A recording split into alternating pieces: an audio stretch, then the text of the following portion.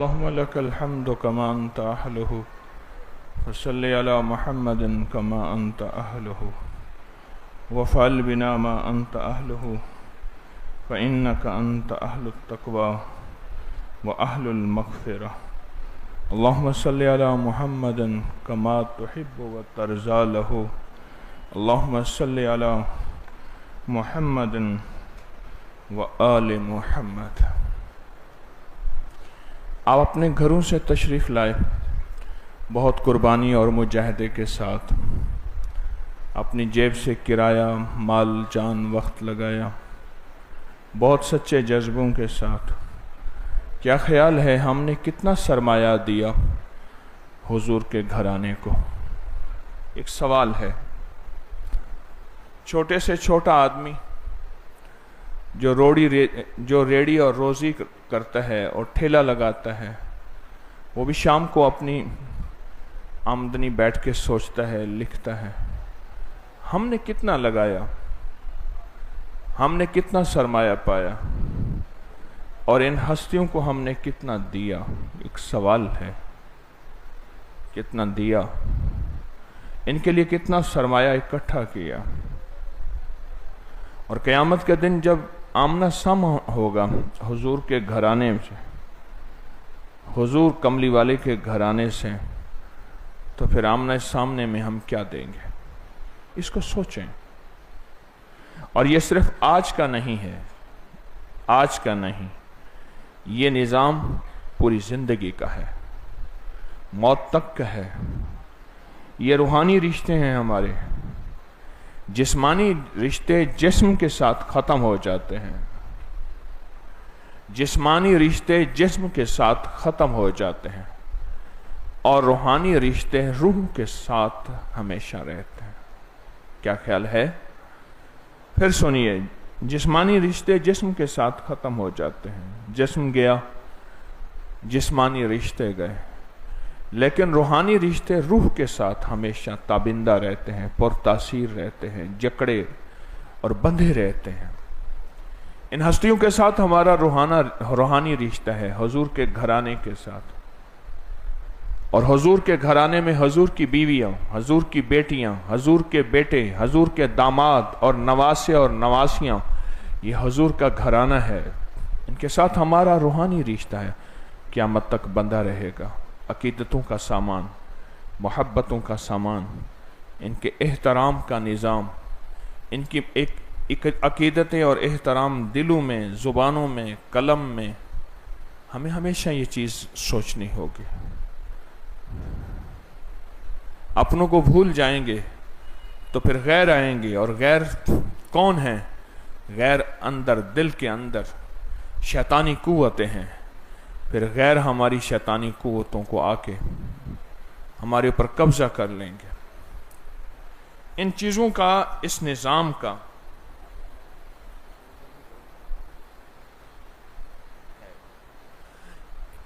ان ہستیوں کے ساتھ ہمارا نظام ہمیشہ چلے گا. اب بتائیں کون، کس نے کتنا پڑھا، کس نے کتنا عمل کیا، کس نے آئندہ کیا فیصلہ کیا، آئندہ کیا فیصلہ کیا کہ میں کتنا پڑھ کے حضور کے گھرانے اہل البیت کو دوں گا، کتنا عمل کر کے حضور کے گھرانے کو ان کی خدمت میں پیش کروں گا. کس نے کیا فیصلہ کیا؟ 1000 سورت اخلاص پڑھی آپ نے، ماشاءاللہ، بہت بہت مبارک. اور کیا پڑھا، کیا کیا، کتنا حاصل؟ آپ نے 1100 پڑھی. یہ سوچنا ہے اور ساری زندگی کرنا ہے، سوچنا ہے. فرمایا جو کسی مرحوم کو اس دنیا سے رخصت ہو گیا ہو، اس کو ایک بار کلمہ پڑھ کے دے. میرے ساتھ پڑھیں، لیکن اس نیت سے کہ ہم کلمے کی تجدید کر رہے ہیں، کلمے کی تجدید کر رہے ہیں، ایمان کی تجدید کر رہے ہیں. ایک درویش تھے، وہ نماز کے بعد دونوں ہاتھ ایسے منہ پہ رکھ دیتے تھے. کسی نے پوچھا کیا ہے؟ فرمایا مجھے پتہ نہیں، یہ نماز میرے منہ پہ نہ مار دی جائے. اور ایک میں نے اللہ والے کو دیکھا ہر دعا میں کلمہ پڑھتے تھے، پہلا کلمہ فرماتے تھے کوئی بول، کوئی لفظ، کوئی عمل ایسا ہو میرا ایمان مجھ سے نکل گیا ہو، چلا گیا ہو، لوگ میرا مسلمانوں کی طرح جنازہ پڑھیں اور میں اندر سے کافر ہو گیا، مجھے کوئی خبر نہیں، مجھے کوئی پتہ نہیں کہ میرا سب کچھ لٹ گیا ہو، میرا سب کچھ برباد ہو گیا ہو۔ آئیں اتنے بڑے مجمع میں ہم پھر سے کلمے کی تجدید کرتے ہیں اس نیت سے کہ یا اللہ میں اپنے ایمان کی تجدید کرتا ہوں، کلمے کی تجدید کرتا ہوں، اور اس ایمان اور کلمے کی تجدید کر کے یہ جو کلمہ پڑھوں گا اس کا ثواب میں ان ہستیوں کی بارگاہ میں پیش کروں گا، ان ہستیوں کی بارگاہ میں پیش کروں گا، یہ جو میں کلمہ پڑھوں گا، لا الہ الا اللہ محمد الرسول اللہ۔ میں جو ایک دفعہ کلمہ پڑھ کے اپنے کسی پیارے کو ہدیہ کرتا ہے اس کی قبر میں 4000 نیکیاں داخل ہوتی ہیں، 4000 نور داخل ہوتے ہیں، 4000 گناہ معاف ہوتے ہیں اور 4000 درجے بلند ہوتے ہیں۔ 4000 نیکیاں، 4000 نور، 4000 گناہ معاف اور 4000 درجے بلند ہوتے ہیں جو کسی اپنے پیارے کو ایک بار کلمہ پڑھ کے دیتا ہے، ایک بار کلمہ پڑھ کے دیتا ہے۔ یہ ثواب ہے، مسلسل ثواب ہے۔ آج کے بعد ہم نے اپنے پیاروں کو دینا ہے، اپنے عزیزوں کو، اپنے والدین کو۔ میں ہر جمعرات ایک آپ سے عرض کرتا ہوں، ہر جمعرات ایک بات کہا کرتا ہوں کہ اپنے عزیزوں اور پیاروں کی قبروں کو نہ بھولیں، اپنے عزیزوں اور پیاروں کو نہ بھولیں، ان کو دور پرے سے بھی ہدیہ دینا نہ بھولیں، کبھی نہ بھولیں، کبھی نہ بھولیں، کبھی نہ بھولیں۔ تو یہ بتائیں میرے آقا کا جو گھرانہ ہے، آل رسول کا، اہل البیت کا، کیا یہ ہستیاں بھولنے کے قابل ہیں؟ کیا یہ ہستیاں اس قابل ہیں ان کو بھول جائیں؟ ہم بھول جائیں اور ان کو کبھی یاد بھی نہ کریں، ان کو نیکیوں کا ہدیہ، ان کو مال کا ہدیہ، ان کو اعمال کا ہدیہ ہمیشہ دیتے رہیں اور بہت زیادہ دیتے رہیں۔ ان کو نیکیوں کا ہدیہ، ان کو مال کا ہدیہ، ان کو اعمال کا ہدیہ ہمیشہ دیتے رہیں۔ اچھا ادھر سے ہدیہ جائے گا، ادھر یہ ہمارے لیے دعاؤں میں لگ جائیں گے۔ سخی لوگ ہیں، یہ سخی گھرانہ ہے، یہ کسی کا احسان نہیں اٹھاتا، یہ احسان کا بدلہ احسان چکاتا ہے۔ حضور تشریف لے گئے معراج پہ، دیکھا کہ فرشتے کچھ محل بنا رہے ہیں، پھر بناتے ہیں پھر بیٹھ جاتے ہیں، پھر بناتے ہیں پھر بیٹھ جاتے ہیں۔ تو حضور نے پوچھا جبریل سے یہ کیا ہے؟ یا رسول اللہ صلی اللہ علیہ وسلم، جو دنیا میں نیچے سے نیکیاں بھیجتے ہیں لوگ اپنی، ان نیکیوں کے بقدر محل بنایا جاتا ہے۔ نیکیاں بھیجنا چھوڑ دیتے ہیں، فرشتے بیٹھ جاتے ہیں، پھر نیکیاں بھیجتے ہیں، پھر وہ محل بنانے میں لگ جاتے ہیں۔ آپ ان ہستیوں کو ان اعمال کا ہدیہ بھیجتے رہیں، بھیجتے رہیں، بھیجتے رہیں۔ سخی گھرانہ ہے، یہ آپ کے لیے دعاؤں کا ہدیہ بھیجتے رہیں گے، بھیجتے رہیں گے، بھیجتے رہیں گے۔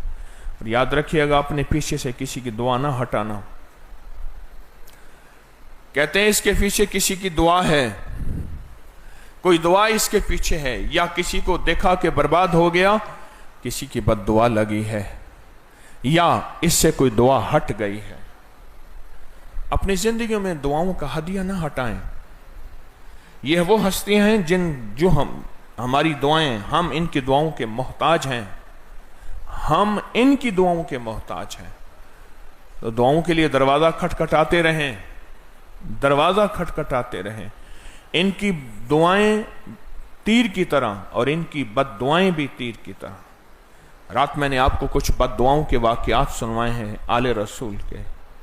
ان کی دعائیں اثر رکھتی ہیں اور ان کی بد دعائیں بھی اثر رکھتی ہیں، بہت اثر رکھتی ہیں۔ واقعہ کربلا میں جتنے بھی قاتل تھے ان سب کا انجام نہایت برا ہوا۔ پوری تاریخ انسانیت بتاتی ہے، اوراق کی تاریخ بتاتی ہے کہ ان سب کا انجام برا ہوا۔ اور وہ سب کے سب ذلیل خوار دنیا میں ہوئے اور آخرت میں. یاد رکھیے گا ان ہستی کی بد دعائیں لگتی ہیں، ان کی دعائیں لگتی ہیں. ان کو ہدیہ دیں، ان کو ہدیہ دیں، ہدیہ دے کے پھر ان سے عرض کریں ہمارا یہ مسئلہ ہے، ہماری یہ مشکل ہے، ہماری یہ پریشانی ہے، آپ اللہ سے دعا کریں اللہ ہماری اس مشکل، اس پریشانی اور اس الجھن کو دور کر دے. ان کو ہدیہ دیں اور پھر ہدیہ دے کے ان ہستیوں سے دعاؤں کی درخواست کریں. کیا خیال ہے؟ کریں گے یا نہیں کریں گے؟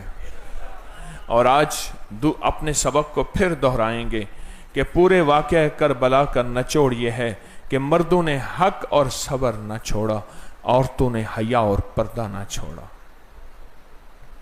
یہ پورے واقعے کا نچوڑ ہے، پورے واقعہ کربلا کا نچوڑ ہے.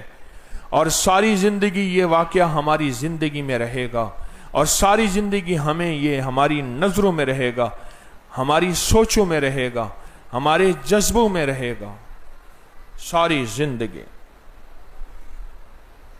کہ مردوں نے حق کا ساتھ نہ چھوڑا اور صبر کا ساتھ نہ چھوڑا. جہاں بھی زندگی میں کوئی رواج آیا یا لوگ آئے یا فیشن آیا یا میرے کملی والے کی مخالفت میں کوئی چیز آئی، پھر وہاں حق کا ساتھ نہ چھوڑا. اور اس پہ کوئی آزمائش آئی، پھر صبر کا ساتھ نہ چھوڑا. اور عورتوں نے حیا اور پردے کا ساتھ نہ چھوڑا. جن کے گھروں کو آگ لگا دیں، جن کے لیے زندگی تنگ کر دیں، جن کے چھوٹے چھوٹے بچوں کو بھی درگزر نہ کریں. دنیا کے بڑے بڑے ظالم گزرے ہیں جنہوں نے بچوں کو چھوڑ دیا، انہوں نے بچوں کے ساتھ بھی درگزر نہ کیا. اس سے بڑی قیامت، اس سے بڑا طوفان کیا ہوگا؟ لیکن ان حالات میں بھی عورتوں نے حیا اور پردے کا ساتھ نہیں چھوڑا. نہ حیا چھوڑا ہے، نہ پردہ چھوڑا ہے. آئے میں آپ کو ایک تحفہ دیتا ہوں.